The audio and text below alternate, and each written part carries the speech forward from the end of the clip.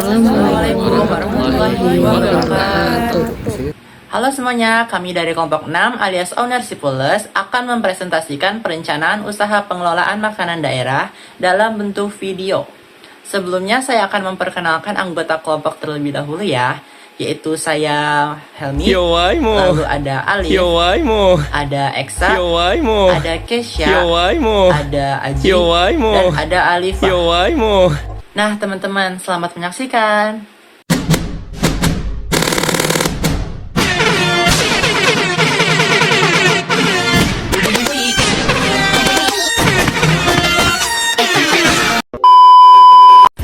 Nah teman-teman, apa sih makanan khas daerah? Makanan khas daerah sendiri memiliki pengertian yaitu makanan yang biasa dikonsumsi di suatu daerah. Karakter masakan di suatu daerah biasanya mencerminkan karakter masyarakatnya.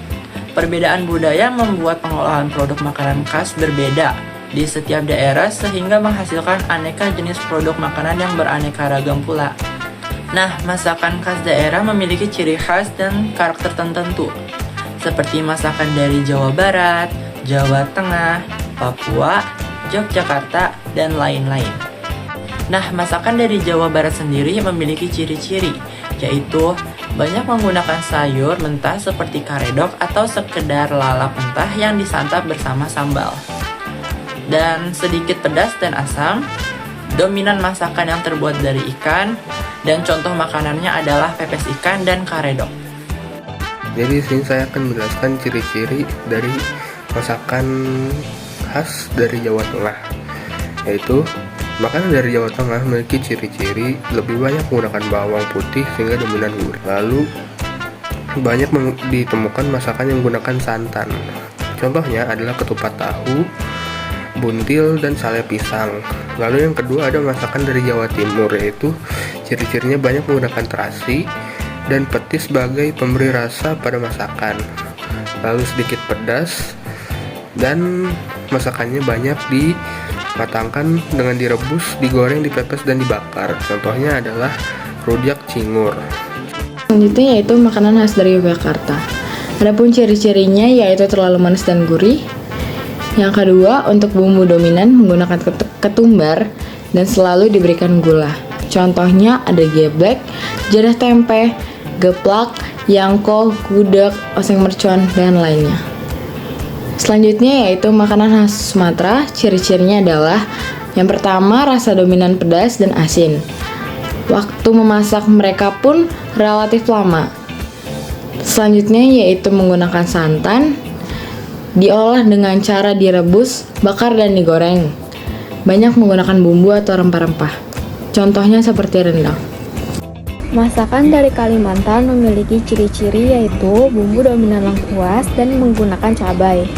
Rasa dominan gurih dan manis, terdapat sayuran yang dominan pahit, diolah dengan bahan menggunakan sayur-sayuran. Masakan disajikan dengan sambal dan ikan asin. Contohnya adalah soto Banjar. Masakan dari Sulawesi memiliki ciri-ciri berbahan dasar ikan laut dan rasa dominan asam dan pedas. Kuahnya bersantan pada beberapa masakan. Banyak menggunakan cabai. Contohnya adalah coto Makassar, jalang kote, dan bubur Manado. Selanjutnya ialah yang ke-8, masakan Papua dan Nusa Tenggara. Memiliki ciri-ciri yaitu memiliki rasa asam dan pedas, dominan berkuah, sering menggunakan ikan sebagai lauk, pengolahan dengan direbus, diasap, dan dibakar. Rempah yang sering digunakan ialah kunyit, jeruk nipis, garam, dan juga merica. Bahan utamanya biasanya memakai sagu sebagai pengganti beras. Contohnya ada kolo, papeda, dan masih banyak lagi. Makanan khas daerah ini masih dapat dikembangkan loh, baik kuantitasnya maupun kualitasnya, untuk memenuhi kebutuhan masyarakat setempat. Juga untuk dijual ke daerah lain atau untuk dijual kepada wisatawan sebagai oleh-oleh tentunya. Beberapa cara yang dapat dilakukan untuk memperkenalkan makanan khas daerah. Yang pertama yaitu aturan untuk mewajibkan hotel atau penginapan menyajikan welcome drink dengan minuman khas daerah tersebut. Yang kedua, pembuatan kemasan yang menarik dan bertuliskan oleh-oleh khas daerah tersebut. Lalu, kenapa harus menjadi wirausaha makanan khas daerah?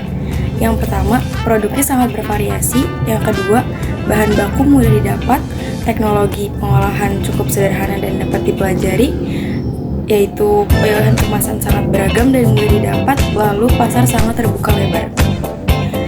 Mengapa makanan khas daerah dimodifikasi? Yang pertama, menambah daya tarik terhadap makanan khas daerah tersebut. Yang kedua, mencegah banyaknya produk impor dan mengangkat citra makanan khas Indonesia. Thanks for watching. Please subscribe.